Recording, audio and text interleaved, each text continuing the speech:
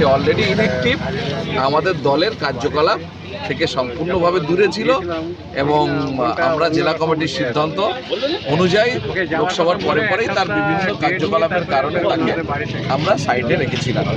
Local স্তরে যাতে কোনো প্রভাব না পড়ে তার জন্য আমরা লোকালি সেভাবে ডিসক্লোজ করি, কিন্তু নিজের থেকে এলাকার কাজকর্মের সঙ্গে ছিল না, দীর্ঘদিনই মানে পার্টি থেকে ডিটাচ ছিল। তো যার কারণে আমরা এই যে মঞ্চে দাঁড়িয়ে 34 জনের নাম নেওয়া, ভুয়া একটা লিস্ট ধরিয়ে দেওয়া, এইসব কারণে এলাকাতে বিভিন্ন রকম বিভ্রান্তি চলছে, সেটাকে যাতে আমাদের কর্মী সমর্থকদের মধ্যে কোনো প্রভাব না পড়ে বা তারা যাতে বিভ্রান্ত না হয়, তার জন্য আজকে আমাদের একটা মিটিং আমরা বর্ধিত আকারে ডেকেছি এবং এখানে আমরা সবাই নিজেরা আলোচনা করেছি এবং আমাদের যারা প্রার্থী যাদের নাম ওখানে নূর সালাম নিয়েছে তৃণমূলের মঞ্চে, তাদেরকে আমরা পেছনে আপনি দেখুন সবাইকে আমরা আজকে এনেছি, সবার আমরা বক্তব্য শুনেছি। তারা নওশাদ সিদ্দিকীর আদর্শকে আগামী দিনে আরও বেশি বৃহত্তর স্তরে পৌঁছে দেবে। তারা মানে নিজের আদর্শচ্যুত হয়ে তৃণমূল দল এই চোর দলের সঙ্গে তারা কোনোভাবেই যুক্ত হবে না, তারা কমিটেড।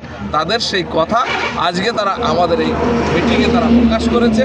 আরও সবাই প্রাণবন্ত হয়েছে এবং ও থাকা অবস্থায় দলের মধ্যে যে একটা গুলোগুলি ভেতর থেকে চোরাস্রোত চলছিল, দীর্ঘদিন ধরে অনেকে অভিযোগ করছিল, সেইটার নিরসন হয়েছে এবং সেই গোলাগুলিটা আর এই ব্লকে থাকবে না।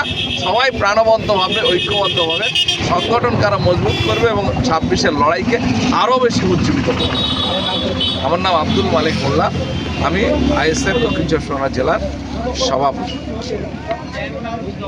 এই প্রার্থীদের